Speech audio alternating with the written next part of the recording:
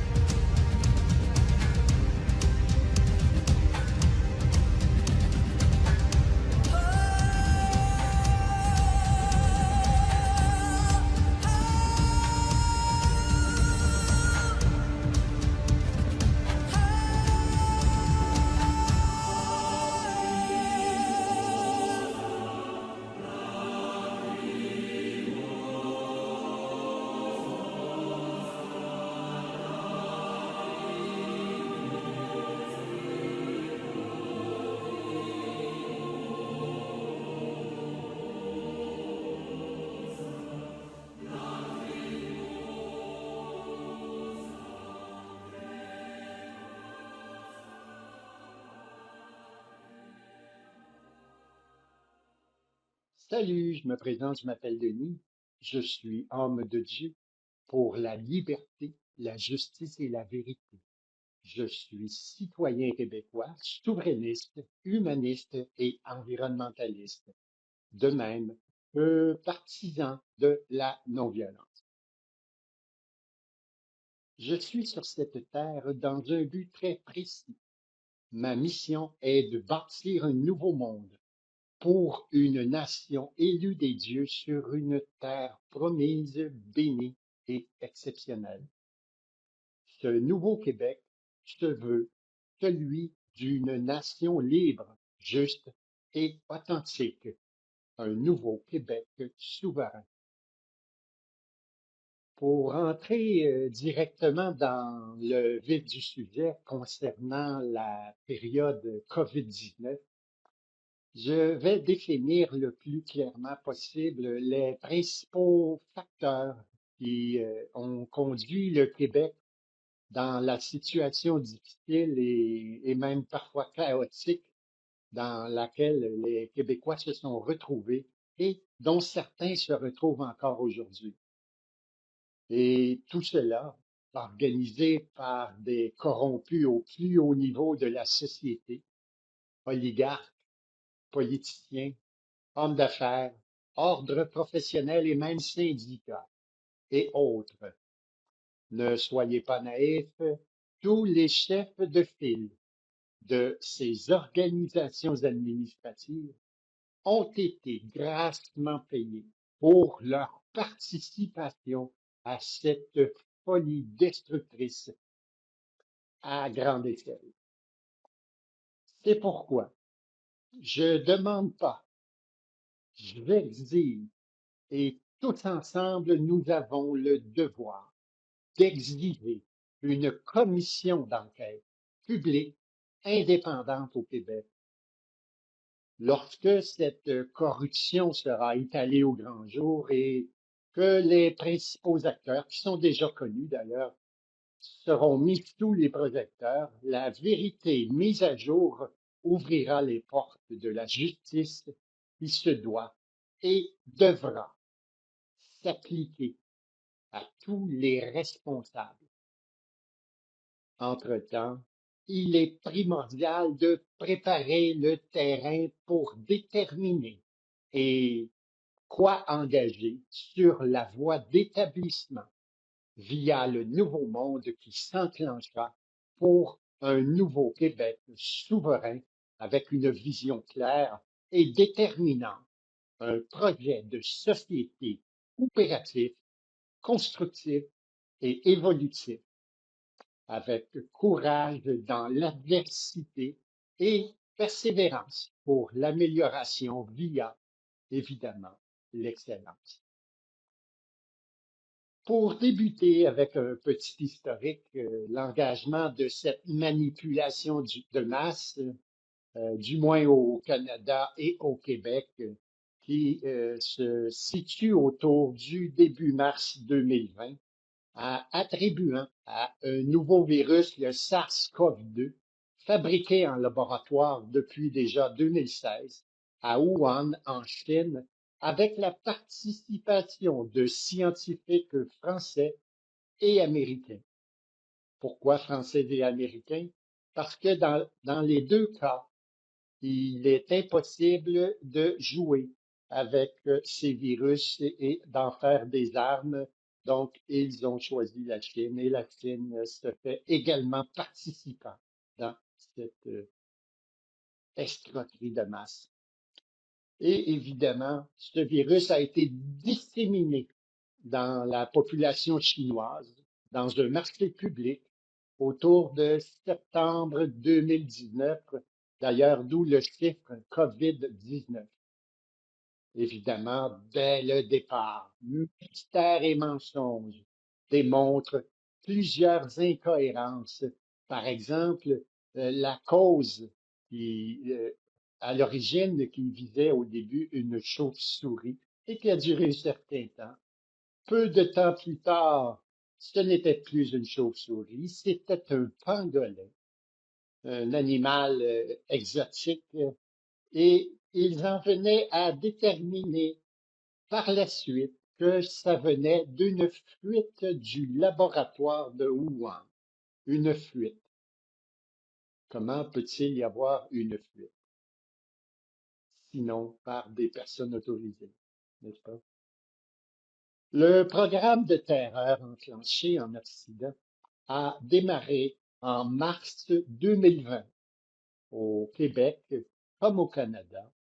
Ça commence par un coup d'État transformant tout le Canada, dont le Québec, de pseudo-démocratie en véritable communisme autoritaire sans possibilité d'échappatoire ou de contestation du narratif fermement établi, alors que l'humanité tout entière est plus ou moins contaminée par le virus qui s'est répandu comme une traînée de poudre par les mouvements de population, par exemple par transport aérien, bateaux de croisière, migration de masse, etc., et toutes sortes de déplacements en vigueur. La description dans les médias mainstream, journaux anglophones et francophones, télé, radio, se mettent à véhiculer la terreur et la peur. Ce qui est important de se rappeler, c'est que la plupart de ces institutions appartiennent à de grandes fortunes, des oligarques complices de l'arnaque COVID. Dès le départ, l'information provoque la terreur, la peur, une peur exagérée par la classe politique à tous les niveaux, fédéral, provincial et même municipal, ce qui a fait en sorte que la clique au pouvoir engage l'état d'urgence sanitaire pour une grippe provoquée en tout point semblable aux mêmes situations que, par exemple, les années passées, avec des urgences débordées, comme à toutes les années, des hospitalisations et des décès qui ne sont pas plus élevés que par les années passées, ni plus ni moins. C'est le début de la dictature sanitaire par des mesures politiques et qui n'ont rien, mais rien à voir de scientifique.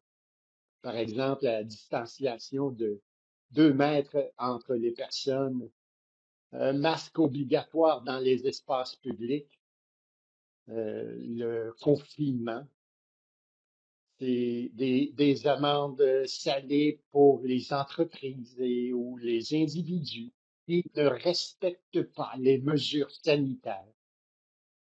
Également, il y a eu quelques manifestations qui ont été réprimées, parfois violemment, alors qu'elles étaient pacifiques du début jusqu'à la fin. Les fermetures préventives des restaurants, gymnases, commerces non essentiels. Juste un exemple de cette folie. Par exemple, dans les restaurants, quand tu étais assis et il n'y avait pas de problème, tu pouvais enlever ton masque. D'ailleurs, comment tu veux manger des restaurants avec les masques? Mais quand tu te levais debout, oh, là, attention, il fallait remettre son masque. Une vraie folie. Par contre, pour ce qui est de la SAC, la Société des alcools du Québec, ouvert pour ben correct se sous la gueule, ainsi que la SQDC, Société québécoise du cannabis, pour, dans ce cas-ci, se geler la face, ben correct. Mais une absurdité sans nom. Et tout cela, politique. Évidemment, les grandes bannières qui sont demeurées également ouvertes, Walmart, McDonald's et autres de figures états-uniennes, par exemple chez Walmart, au Québec seulement, durant une tempête de neige, le département vêtements d'hiver pour enfants a été fermé exclusivement. On empêche, impossible d'acheter que ce soit des tucs, des mitaines et autres vêtements de première nécessité pour les enfants en plein hiver, tout simplement effarant. Et criminel, faut se le dire. Tous ces choix politiques, parfois absurdes et irrationnels, simplement pour abrutir la masse, et ça a fonctionné. Malheureusement, d'ailleurs. Toutes ces mesures qui n'ont rien de scientifique, non pas pour le mieux-être des citoyens, mais bien plus pour la soumission et l'aplaventrisme de chaque citoyen visé.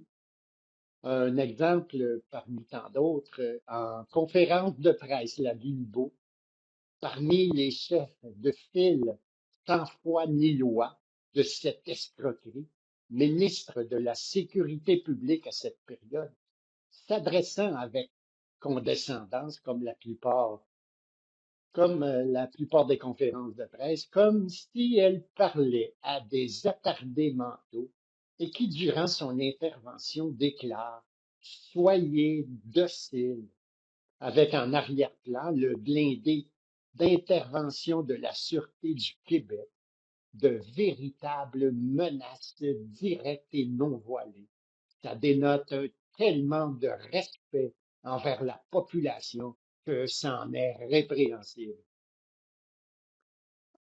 Dans les faits, c'est une guerre contre la nation québécoise par ses mêmes dirigeants.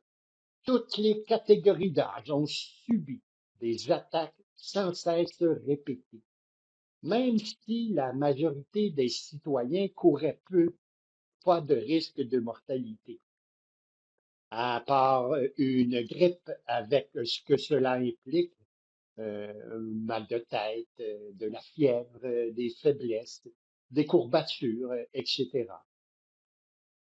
Dès lors, la population a été inondée d'informations plus ou moins vérifiables et des projections tout aussi fausses, prétextant des centaines de milliers de morts, provoquant une véritable hystérie collective. Tous les médias mainstream, journaux, télé, radio, sont inondés de centaines de millions de dollars pour passer en boucle des experts, des informations plus ou moins vérifiables, nourrissant la terreur et la peur chez les plus vulnérables. Et malheureusement, ils sont nombreux. Et ils ont terrorisé la population avec l'argent de cette même population, tout simplement criminelle.